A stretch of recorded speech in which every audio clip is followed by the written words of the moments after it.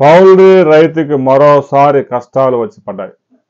ఎవరైతే కోళ్లు పెంపకందారులు ఉన్నారో, పెద్ద ఎత్తున పెంచేవారు ఉన్నారు, చిన్నగా పెంచుకునే 100 కోళ్ళు 150 కోళ్ళు పందెం కోళ్ళు పెంచుకునే వారందరికీ పెద్ద ఎత్తున ఇబ్బందులు వచ్చి పడ్డాయి.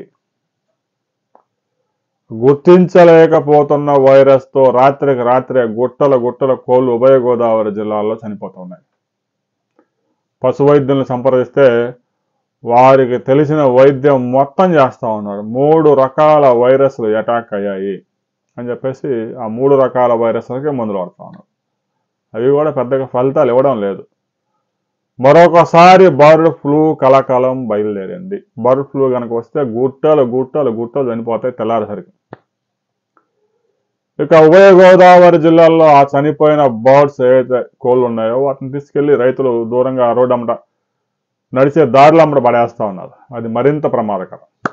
ఈ వైరస్ గాలిలో వ్యాపించింది.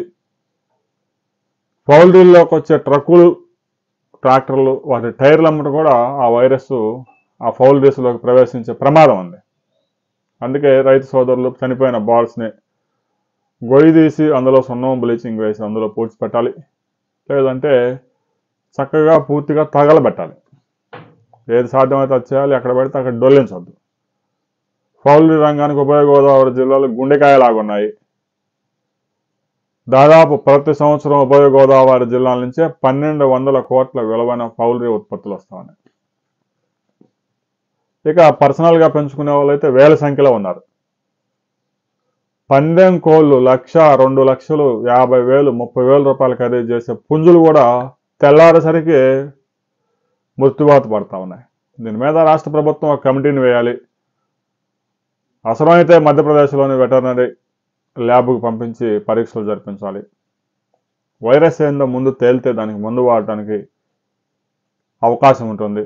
డాక్టర్లు ఇక్కడున్న ల్యాబుల్లో వాళ్ళు సహజంగా ఈ సీజన్లో ఏదైతే వైరస్లు వస్తాయో ఆ మందులన్నీ, వ్యాక్సిన్లన్నీ వేస్తూ ఉన్నారు.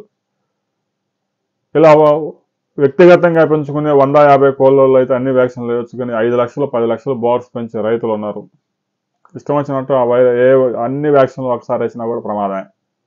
ఇప్పటికైనా చనిపోయిన కోళ్ళను తీసుకెళ్ళి దేశంలోనే నెంబర్ 1గా ఉన్న వెటర్నరీ ల్యాబ్లో పరీక్షించి దాన్ని చక్కగా చూసి అది ఏం వైరస్ చెప్తే దాని మీద యాక్షన్ తీసుకోవడానికి అవకాశం ఉంటుంది.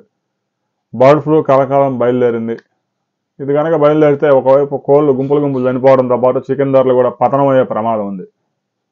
రాష్ట్ర ప్రభుత్వం సాధ్యమైనంత త్వరగా దీని మీద నిర్ణయం తీసుకొని ఆ వైరస్ ఏమిటి అనేది తెలిస్తే దానికి మందులు వాడటానికి అవకాశం ఉంటుంది.